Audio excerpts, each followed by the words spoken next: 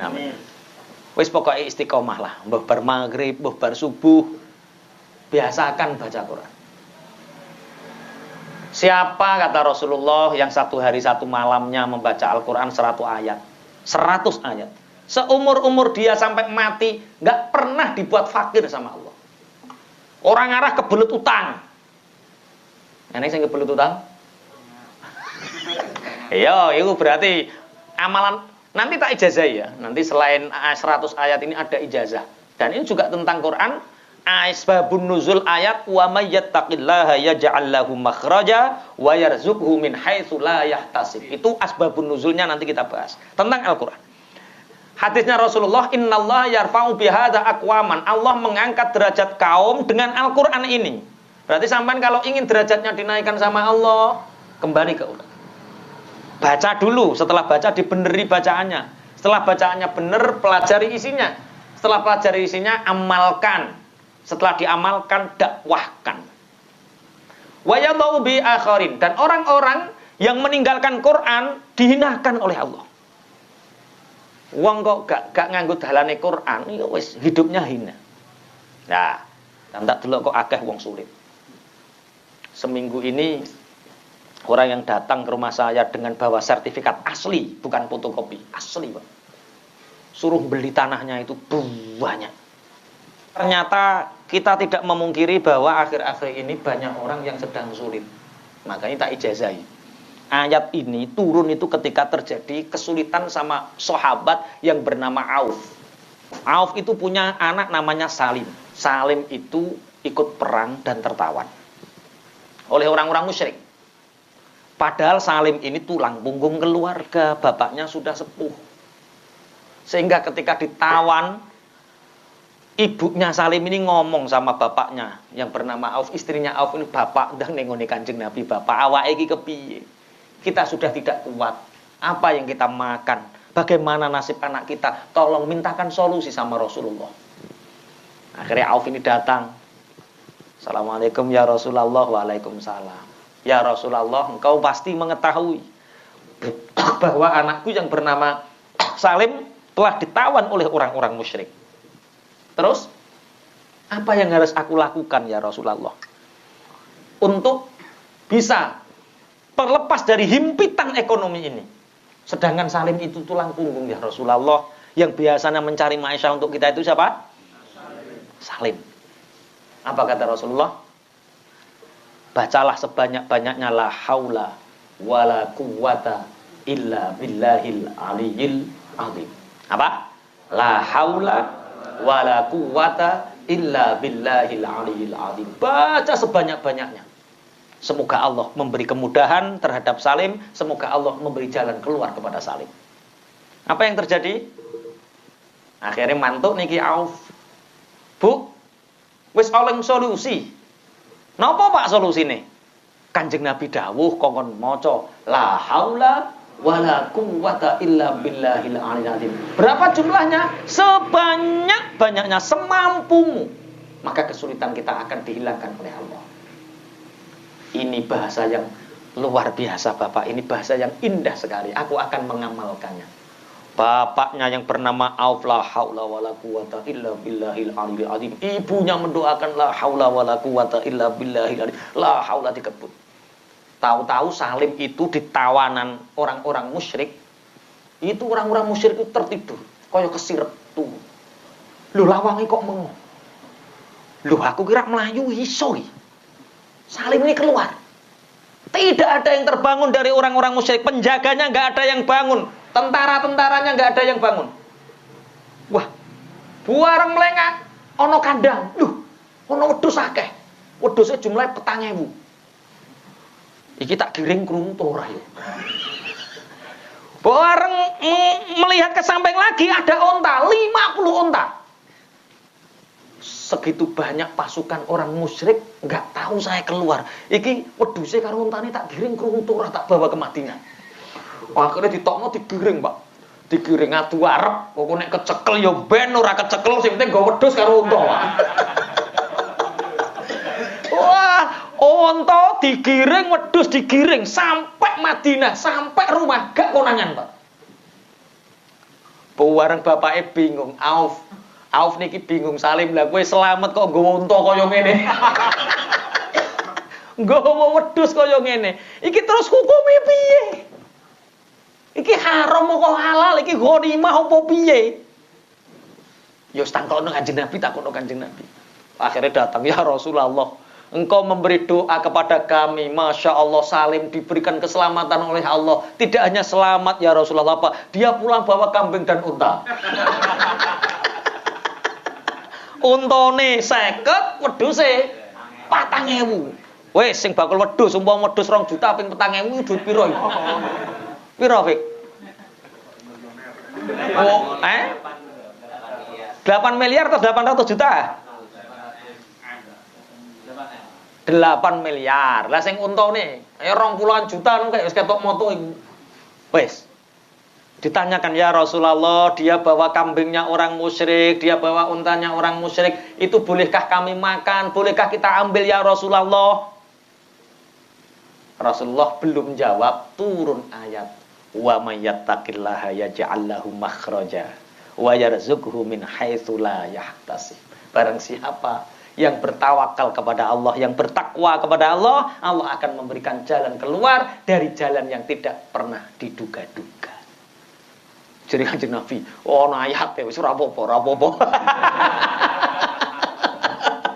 Oke, sing susah-susah piye wiritane? La haula wala quwata illa billahil aliyil azim. Hitungannya berapa? Sebanyak-banyaknya. Itu asbabun nuzul wa may yattaqillah. Dan ini Al-Qur'an itu Masya Allah, dibaca juga ada keramatnya. Didengarkan, ada getaran yang masuk ke dalam hati, diambil maknanya. Kita mendapatkan petunjuk. Itu Al-Qur'an. Ini ceritanya siapa? Salim bin Auf. Kalih Kanjeng Nabi Muhammad sallallahu alaihi wasallam. Fangzur mongko ningalono sapa sira Muhammad kaifa halik kaya apa kana ana apa akibatul zalimina, pungkasan hasil akhire utawa akibat gurine pira-pira wong kang padha zalim kabeh. Ayat iki diarani ayat tasliyah. Napa jenenge ayat tasliyah? Tasliyah niku napa ngayem-ngayem atine Kanjeng Nabi. Lho, jenenge Nabi Rasul. Terus didarani niku gawe-gawenan dhewe Muhammad cara secara basyariah ngoten niku susah napa mboten? Wong-wong kafir Mekah itu mendustakan Al-Qur'an bimalam yuhitu bilmihi, dengan apa yang tidak mereka ketahui. Walamma ya'tihim ta'wiluh, dan tidak datang kepada mereka akibat itu apa? Hasil akhir itu dhek gak ngerti. Annasu a'da umma jahilu, manusia itu musuhnya yang sesuatu yang tidak dia ketahui. Akeh wong ora ngerti akhirnya musuhi. Jadi sampean aja geleman punya suudzon. Karena apa? Karena suudzon itu timbul dari sesuatu yang kita tidak ketahui. Kudu husnudzon. Nah, orang-orang kafir Mekah itu tidak tahu kebenaran Al-Qur'an karena mereka tidak ingin mengetahui. Manusia itu musuhnya sesuatu yang dia tidak ketahui. Kadzalika kadzdzabal ladzina min qablihim. Tasliyah itu seperti ini. Tapi kamu gak susah Muhammad. Yo, nabi-nabi zaman dahulu, rasul-rasul dahulu juga didustakan oleh umatnya. Kadzalika, begitu halnya orang-orang sebelum mereka juga sudah mendustakan. Fangzur kaifa kana akibatul zalimin. Lihatlah bagaimana akibatnya orang-orang yang zalim. Makanya ada satu cerita, kalau kita berbicara tentang Al-Quran, itu ada tokoh Quran yang luar biasa, namanya Abdullah bin Mas'ud. Satu sahabatnya Rasulullah yang suaranya paling indah di antara para sahabat. Yang bacaannya paling fasih di antara para sahabat. Yang paling dicintai Rasulullah untuk mendengarkan. Jadi Kanjeng Nabi kangen ngono ki. Ketika beliau biasa deres, tapi ketika Kanjeng Nabi kangen, yang disuruh baca itu siapa? Abdullah bin Mas'ud. Maka ketika turun surat Ar-Rahman ya. Ar-Rahman terus Allamal Khalaqal Allamahul wapal kabeh ternyata. Alhamdulillah salah 5 ayat. Kok nang ngapalin guritok. Ketika turun surat Ar-Rahman ini, ketika Rasulullah dengan para sahabat duduk-duduk banyak seperti ini, Rasulullah sayembara. di antara kalian siapa yang berani membaca surat ini di depan Ka'bah? Ini keterangannya di kitab Hilyatul Auliya. Siapa yang ingin membaca ayat ini, surat Ar-Rahman ini di depan Ka'bah? Seketika itu Abdullah bin Mas'ud, ana ya Rasulullah. Saya ya Rasulullah. Rasulullah tidak begitu memperhatikan, karena apa? Karena Abdullah bin Mas'ud badannya itu paling kecil, postur tubuhnya paling pendek, dan sahabat paling lemah. Karo gampangane gojlokane wong-wong paling cara ketrek angin rubuh. Niki keterak wong kafir-kafir sing betot-betot piye.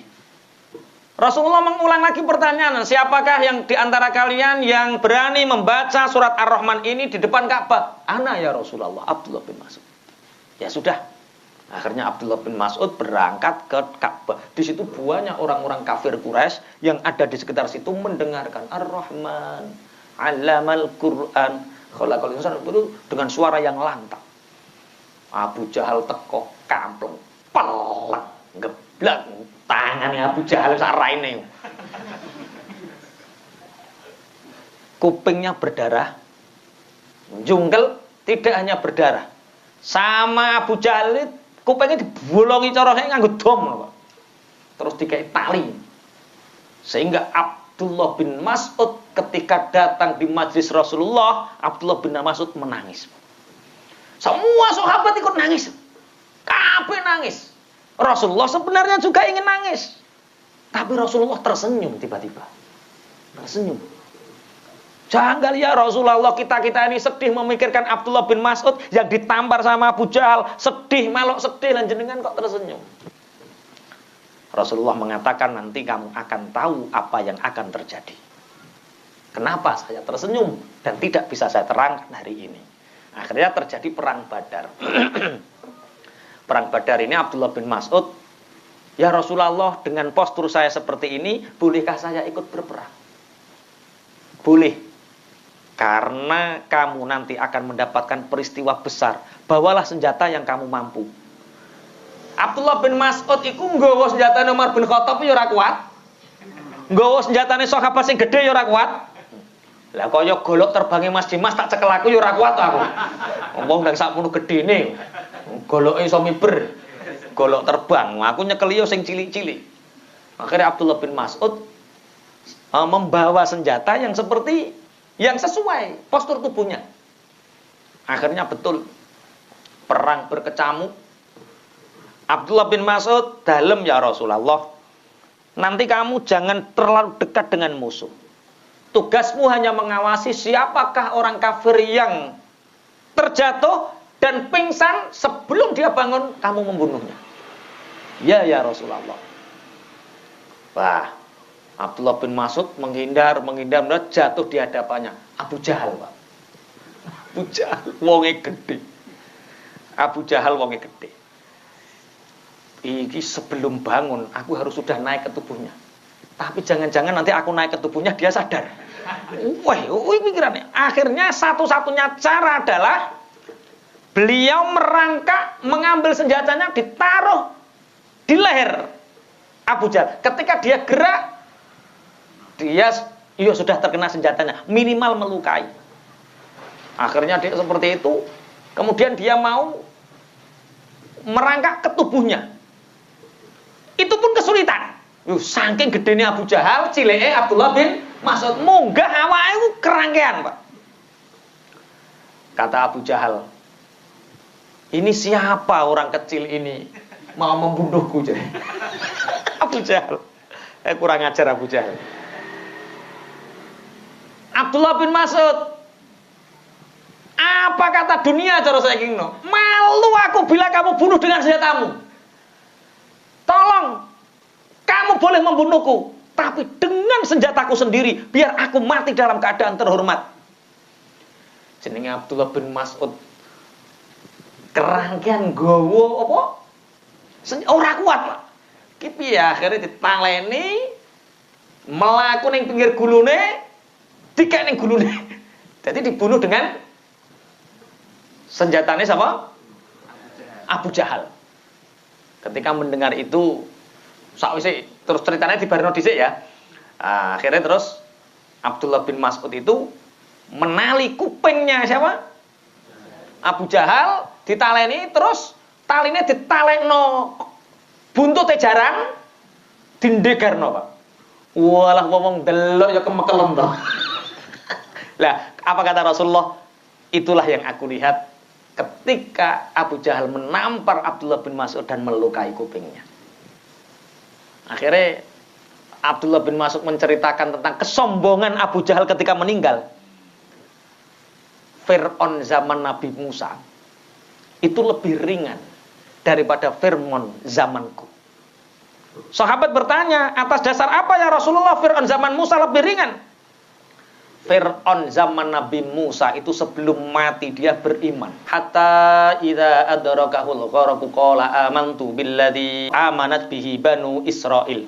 Ketika nyawa sapa Fir'aun sudah ada di tenggorokan, Fir'aun itu mengucapkan amantu billadzi amana bihi banu Israila wa ana minal muslimin. Aku beriman kepada Tuhan yang disembah oleh Bani Israel dan aku termasuk orang-orang yang muslim. Itu kata siapa? Fir'aun. Aku ditolak sama Allah. Lah ya Fir'aun zaman Nabi Musa lo, ape mati jek percaya pangeran. Lagi Abu Jahal ape mati jek sombong, Pak. Cara sampean milih Abu Jahal atau milih Fir'aun? Gak milih kabeh. Ya kudu milih Abdullah bin Mas'ud yang dengan kepahlawanannya membunuh Abu Jahal dengan sekuat tenaga. Nah, itulah kejadian-kejadian tentang bagaimana Al-Qur'an innallaha yarfa'u bihadza aqwaman, sesungguhnya Allah mengangkat derajatnya kaum ini dengan Al-Qur'an wa yadha'u bi akhirin.